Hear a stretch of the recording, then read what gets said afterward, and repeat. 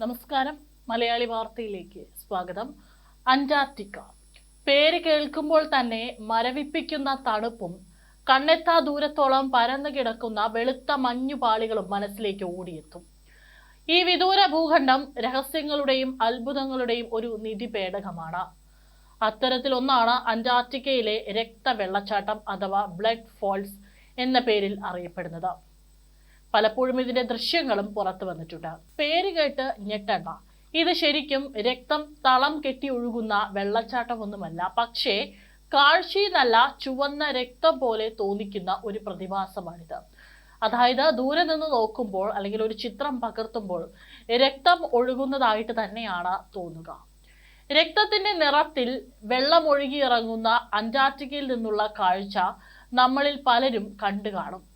അന്റാർട്ടിക്കയിലെ മക്മുർഡോ dry Valley എന്നറിയപ്പെടുന്ന താഴ്വരയിലാണ് ഈ വിചിത്ര കാഴ്ച കാണാനാവുക. ഇതൊരു സാധാരണ താഴ്വരയല്ല, ലോകത്തിലെ ഏറ്റവും ഡ്രൈ ആയ പ്രദേശങ്ങളിൽ ഒന്നുമാണ്. മഴ തീരെ പെയ്യാത്ത ഇവിടം ഒരു തണുത്തുറഞ്ഞ മരുഭൂമി പോലെയാണ്. നമുക്കറിയാം, ലോകത്തിന്റെ പല ഭാഗങ്ങളിലും ഇത്തരത്തിലുള്ള അത്ഭുതം ഉറങ്ങിക്കിടക്കുന്ന അല്ലെങ്കിൽ ഇപ്പോഴും പല ശാസ്ത്രജ്ഞരുടെയും കണ്ടെത്താത്ത ഒരുപാട് അത്ഭുത പ്രതിഭാസങ്ങൾ ഉള്ള ഭൂമിയും ഭാഗങ്ങളൊക്കെ തന്നെ ഉണ്ട്. ഓരോ സ്ഥലത്തും പല ഗവേഷകരും പഠനം നടത്തുമ്പോഴാണ് ഇത്തരത്തിലൊരു സ്ഥലം നമ്മുടെ ഭൂമിയിലുണ്ട് എന്നുള്ളതിനെ കുറിച്ച് നമുക്കറിയുകയുള്ളൂ. ഇപ്പോഴും മനുഷ്യന്റെ ഒരു കയ്യൊപ്പ് എത്താത്ത പല മേഖലകളും ഇപ്പോഴും മറഞ്ഞു കിടക്കുന്നുണ്ട് എന്നുള്ളത് തന്നെയാണ് യാഥാർത്ഥ്യം. ഈ താഴ്വരയിൽ ടൈലർ ഗ്ലേസിയർ എന്നൊരു ഹിമാനിയുണ്ട്. ഈ ഹിമാനിയുടെ അറ്റത്ത് നിന്നാണ് രക്തം പോലെ ചുവന്ന ദ്രാവകം ഒഴുകിയിറങ്ങുന്നത്. വിദൂരത്ത് നിന്ന് നോക്കിയാൽ ചോരച്ചാലുകൾ മഞ്ഞിലൂടെ ഒഴുകി വരുന്ന പോലെ തോന്നും.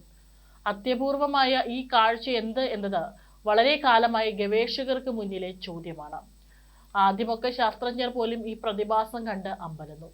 ചിലർ കരുതിയത് ചുവന്ന ആൽഗകളോ മറ്റോ കാരണമാണ് ഈ നിറം മാറുന്നതെന്നാണ്. എന്നാൽ പിന്നീട് നടത്തിയ പഠനങ്ങളിൽ നിന്നാണ് ഇതിന്റെ രഹസ്യം ചുരുളഴിഞ്ഞത്. സംഭവം ഇത്രയേ ഉള്ളൂ, ഇതാ അതിനുത്തരമായിരിക്കുന്നു.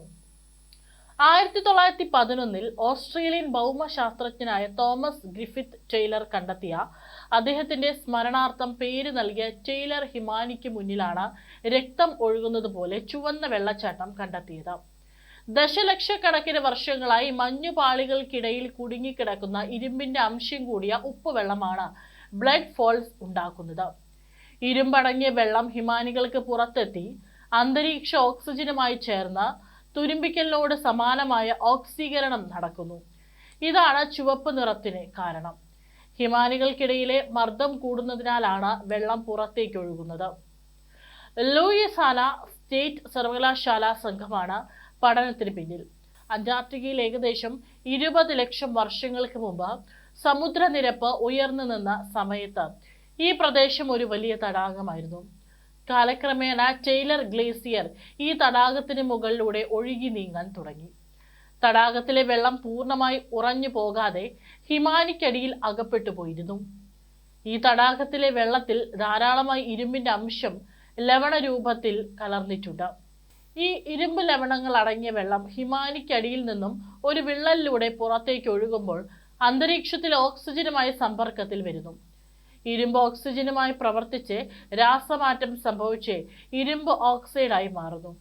നമ്മൾ തുരുമ്പ് എന്ന് പറയുന്ന അതേ സംഗതി. ഈ ഇരുമ്പ് ഓക്സൈഡ് ആണ് വെള്ളത്തിന് രക്തനിറം നൽകുന്നത്. അതുകൊണ്ടാണ് ഈ വെള്ളച്ചാട്ടം രക്തം പോലെ ചുവന്ന നിറത്തിൽ കാണപ്പെടുന്നത്. ഈ രക്തവെള്ളച്ചാട്ടം വെറും ഒരു നിറം മാറ്റം മാത്രമല്ല, ഒരുപാട് ശാസ്ത്രീയ കൗതുകങ്ങൾ ഒളിപ്പിച്ചു വെച്ച ഒരു പ്രതിഭാസം കൂടിയാണ്. ലക്ഷക്കണക്കിന് വർഷങ്ങളായി സൂര്യപ്രകാശമോ അന്തരീക്ഷവുമായ സമ്പർക്കമില്ലാതെ ഹിമാനിക്കടിയിൽ ഒളിഞ്ഞുകിടക്കുന്ന ഈ തടാകം ഒരു ടൈം ക്യാപ്സ്യൂൾ പോലെയാണ്. ഇതിനകത്ത് അതിപുരാതന സൂക്ഷ്മജീവികൾ ഉണ്ടാകാൻ സാധ്യതയുണ്ടെന്നും ശാസ്ത്രജ്ഞർ കരുതുന്നു.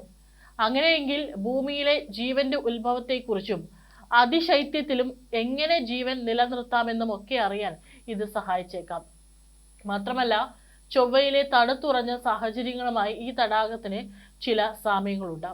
അതുകൊണ്ട് തന്നെ അന്യഗ്രഹങ്ങളിൽ ജീവൻ ഉണ്ടാകാനുള്ള സാധ്യതകളെ കുറിച്ച് പഠിക്കാനും ഈ രക്തവെള്ളച്ചാട്ടം ശാസ്ത്രജ്ഞർക്ക് ഒരുപാട് വിവരങ്ങൾ നൽകുന്നു. അന്റാർട്ടിക്കയിലെ ഈ രക്തം കനിയുന്ന മഞ്ഞുരുക പ്രകൃതിയുടെ വിചിത്രമായ ഒരു മാന്ത്രിക പ്രകടനം തന്നെയാണ്. ദൂരെ നിന്ന് നോക്കുമ്പോൾ ഭയപ്പെടുത്തുന്ന രക്തച്ചാലുകൾ പോലെ തോന്നാമെങ്കിലും സൂക്ഷ്മമായി പഠിക്കുമ്പോൾ ഇതൊരു അത്ഭുത പ്രതിഭാസമാണെന്ന് മനസ്സിലാകും.